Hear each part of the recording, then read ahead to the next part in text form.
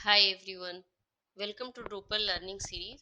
So in the first lecture of this series, we have studied about what is Drupal, how Drupal works, what are the core architecture of Drupal, and what are the topics we are going to cover in this lecture. So today's second lecture of this series, and today we will learn about installation and project setup in Drupal. So let's start. सो किसी भी software और CMS को install करने के लिए आपके पास कुछ basic requirement fulfil होनी चाहिए क्योंकि आज हम लोग ड्रुपल 11 इंस्टॉल करने जा रहे हैं। सो ड्रुपल 11 इंस्टॉल करने के लिए आपके सिस्टम में ये कुछ बेसिक सॉफ्टवेयर होने चाहिए। First is PHP 8.3 version. Second composer. Composer क्योंकि डिपेंडेंसी मैनेजर है जो कि आपको different different packages and all जिसके थ्रू आप इंस्टॉल कर सकते हैं। Third is database and fourth is web server.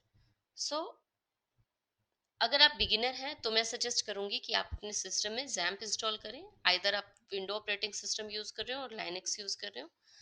And अगर आप मैक यूज कर रहे हैं तो आप मैम्प इंस्टॉल कर सकते हैं।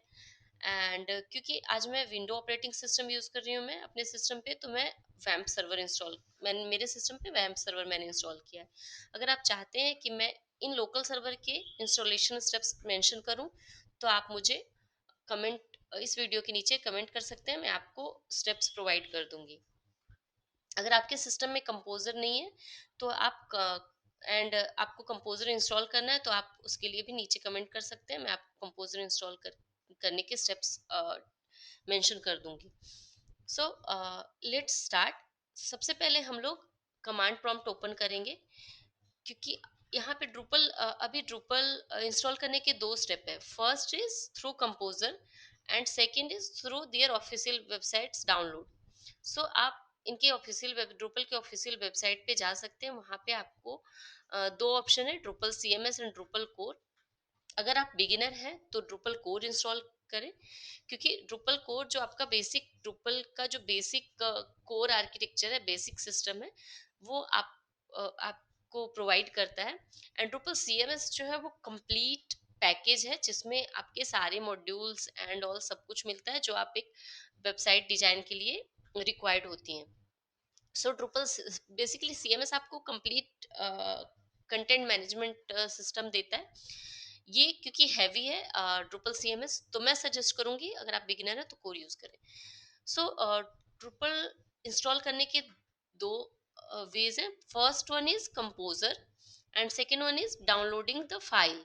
अब यहाँ पे आप देख सकते हैं ड्रूपल कोर यहाँ से डाउनलोड करके आप अपने सिस्टम में फोल्डर में रख के आप इंस्टॉल कर सकते हैं। सो मैं आज कंपोजर के थ्रू डाउनलोड करने जा रही हूँ।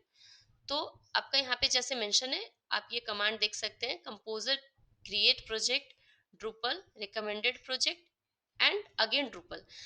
Now last Drupal is for project name, so you can customize according to your wish. So you can customize like अगर आप ड्रूपल की जगह पे आप किसी अपने प्रोजेक्ट अपनी वेबसाइट का नेम देना चाहते हो आप दे सकते हैं। एंड अगेन क्योंकि यहाँ पे ये ऑलरेडी मेंशन किया हुआ है, आपके सिस्टम में PHP में मेमोरी लिमिट एटलीस्ट 256 MB होनी चाहिए। एंड PHP की कुछ कॉन्फ़िगरेशन होती हैं जो सेट होनी चाहिए, वो हम लोग नेक्स्ट स्टेप में देखेंगे। सो हम लोग प्रोजेक्ट क्रिएट करते हैं। यहाँ पे कंपोजर क्रिएट कमांड हमने कॉपी कर लिया है। अब हम अपने कमांड प्रॉम्प्ट में जाएंगे। सिस्टम पे आप अपने सिस्टम पे कमांड प्रॉम्प्ट ओपन कर लें। नेक्स्ट हम लोग क्योंकि हमारे पास जो सर्वर है वो विंडो वैम्प सर्वर है, विंडो अपाचे। सो हम लोग उसके फ़ोल्डर डायरेक्टरी में जाएँगे जहाँ पे हम लोग प्रोजेक्ट क्रिएट करेंगे। तो सबसे पहले हम उस फ़ोल्डर में नेविगेट करते हैं, दैट इज़ वैम्प 64 www।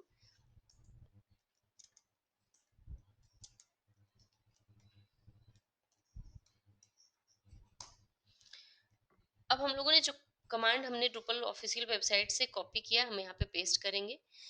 अब यहाँ पे ये प्रोजेक्ट क्रिएशन स्टार्ट हो चुका है। सो प्रोजेक्ट इंस्टॉल हो रहा है आपका, ये डिफरेंट डिफरेंट पैकेजेस वगैरह इंस्टॉल होते हैं यहाँ पे, तो ये थोड़ा टाइम कंज्यूमिंग है। इन बिटवीन हम लोग अपना डेटाबेस क्रिएट कर लेते हैं।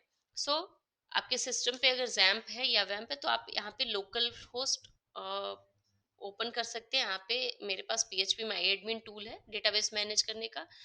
तो मैं पीएचपी माई एडमिन में जाके यहाँ पे एक डेटाबेस क्रिएट करती हूँ।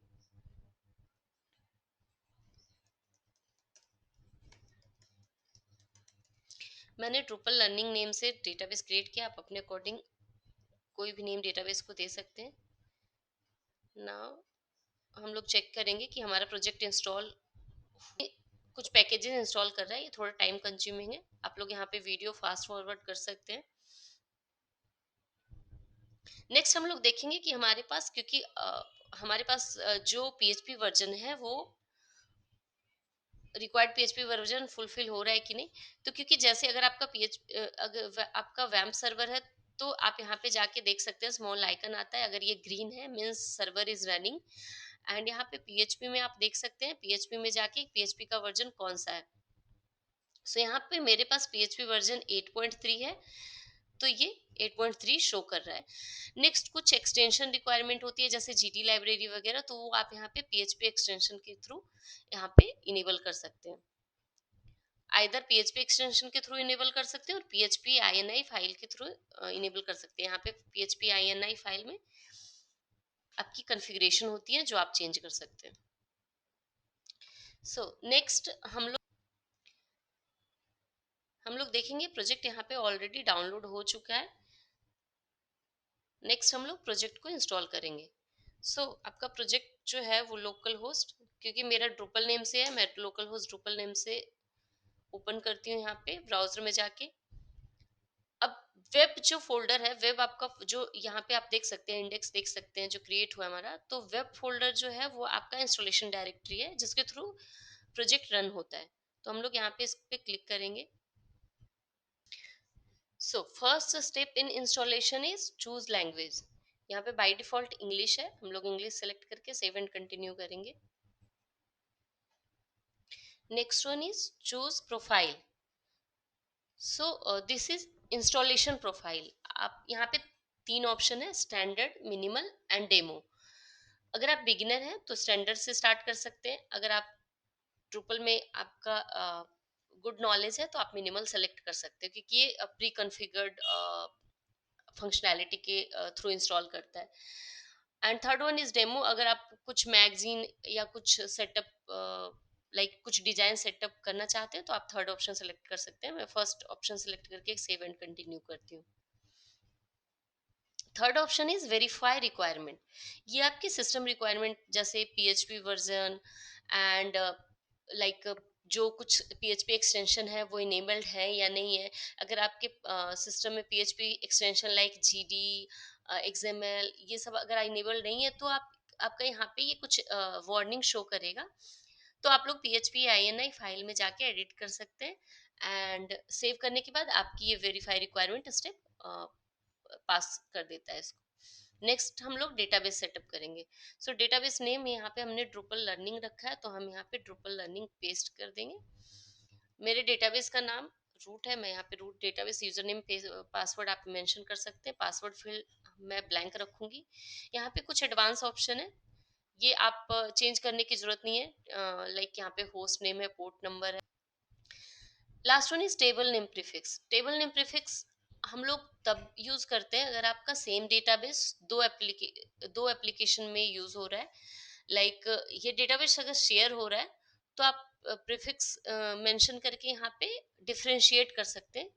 मैं अभी सिंगल डेटाबेस सिंगल एप्लीकेशन में यूज कर रही हूँ तो मैं यहाँ पे कुछ फिल नहीं करूंगी और हम लोग इसको सेव एंड कंटिन्यू करते हैं। ऑल साइट, इस स्टेप में ड्रुपल के जितने भी रिक्वायर्ड मॉड्यूल्स वगैरह होते हैं वो सारे इंस्टॉल होते हैं बाय स्टेप। ये जैसे जैसे इंस्टॉल होता जाएगा आपको वो मॉड्यूल के नेम्स यहाँ पे टॉप पे अपियर होते रहेंगे। लाइक आप देख सकते हैं ये डिफरेंट डिफरेंट मॉड्यूल नेम्स हैं। ये यहाँ पे इंस्टॉल हो चुका है 100%। नेक्स्ट हम लोग साइट कॉन्फ़िगर करेंगे।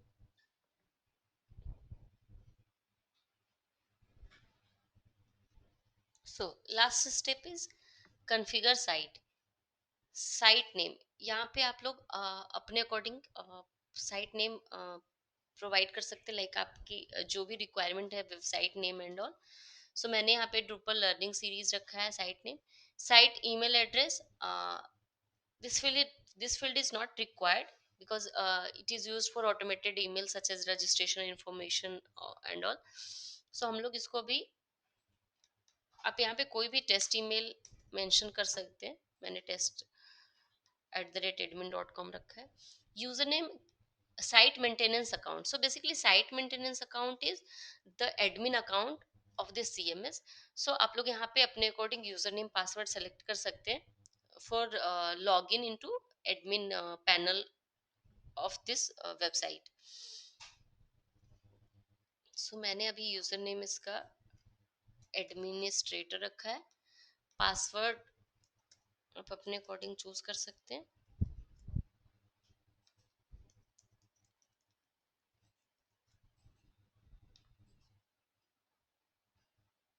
So पे next is regional setting. Regional setting is for time zone and all. So हम लोग टाइम जोन यहाँ पे अभी यूटीसी है, मैं कोलकाता सेलेक्ट कर रही हूँ। Next is update notification. So ये हम लोग चेक करेंगे, check for updates automatically. Receive email notification अभी मैंने डिसेबल कर दिया है। Save and continue. So save and continue करने के बाद जैसा आप देख सकते हैं यहाँ पे हमारा ड्रुपल सेटअप हो गया है। ये ड्रुपल फ्रंट पेज है, क्योंकि हमने साइट सेटिंग के टाइम पे हमने यूजर नेम पासवर्ड हमने डिटेल्स प्रोवाइड की थी। ये आपको लॉगिन बाय डिफॉल्ट लॉगिन करके पैनल ये प्रोवाइड कर रहा है। हम लोग यहाँ पे लॉग आउट कर सकते हैं, लॉग आउट ऑप्शन है, एंड फिर से लॉगिन कर सकते हैं।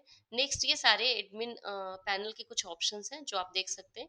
ये हम लोग नेक्स्ट लेक्चर में स्टडी करेंगे। हमने आज इंस्टॉलेशन कंप्लीट कर लिया है, हमारा प्रोजेक्ट सेटअप हो चुका है ड्रुपल में। एंड नेक्स्ट लेक्चर में हम लोग स्टडी करेंगे ड्रुपल का फोल्डर स्ट्रक्चर जो हमारा प्रोजेक्ट क्रिएट हुआ है, and admin panel navigation, like the what are these options and how modules can be installed, and what are the configuration option in Drupal। so next lecture में हम लोग study करेंगे। so thank you guys, thank you for watching। if you found this video helpful, please like and subscribe।